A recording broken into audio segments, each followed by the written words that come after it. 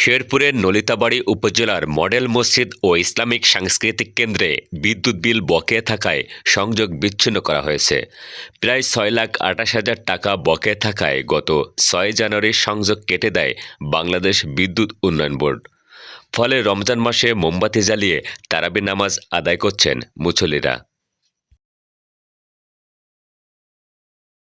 এই মসজিদে গত ১.৫ থেকে ২ মাস যাবৎ বিদ্যুৎ বিচ্ছিন্ন, অর্থাৎ এই মসজিদ প্রতিষ্ঠার পর থেকে এখন পর্যন্ত প্রত্যেক মাসের বিদ্যুৎ বিল বকেয়া আছে। একটা লম্বা একটা অঙ্কের বকেয়া থাকাই বিদ্যুৎ বিচ্ছিন্ন অবস্থায় আছে। গত ১.৫-২ মাসেও কেউ সমাধান দেন নাই, বিদ্যুৎ সংযোগ দেন নাই। জানা গেছে ২০২৩ সালের ১৬ জানুয়ারি মসজিদটি উদ্বোধনের পর থেকে নিয়মিত বিদ্যুৎ বিল পরিশোধ করা হয়নি। দীর্ঘ ৩৫ মাসে বকেয়া বাড়তে বাড়তে বর্তমান অবস্থায় পৌঁছায়। বিদ্যুৎ বিভাগ বলছে সংযোগ বিচ্ছিন্নের আগে নোটিশ দেওয়া হলেও কোনো কার্যকর উদ্যোগ নেওয়া হয়নি।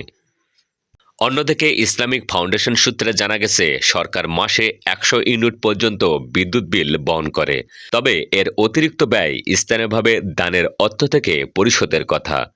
কিন্তু বড় পরিসরের এই মসজিদে একাধিক কক্ষ, এসি, লাইট ও অন্যান্য সুবিধা থাকায় বিল তুলনামূলক বেশি আসে।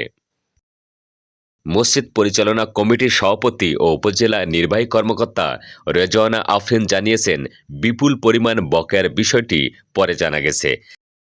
মডেল মসজিদের লাইটস এবং এসি সংখ্যা অনেক বেশি, সে কারণে বিদ্যুৎ বিলের পরিমাণটা অনেক বেশি। তো আমি তো আসার পরে মাত্র জানতে পারলাম যে 7 লাখ টাকা বিল। তো এই বিষয়টা আমাকে উপরে কথা বলে তারপরে এটা বরাদ্দ বা কোনো ব্যবস্থা করা যায় কিনা সেটা নিয়ে কথা বলে তারপরে ব্যবস্থা নিতে হবে।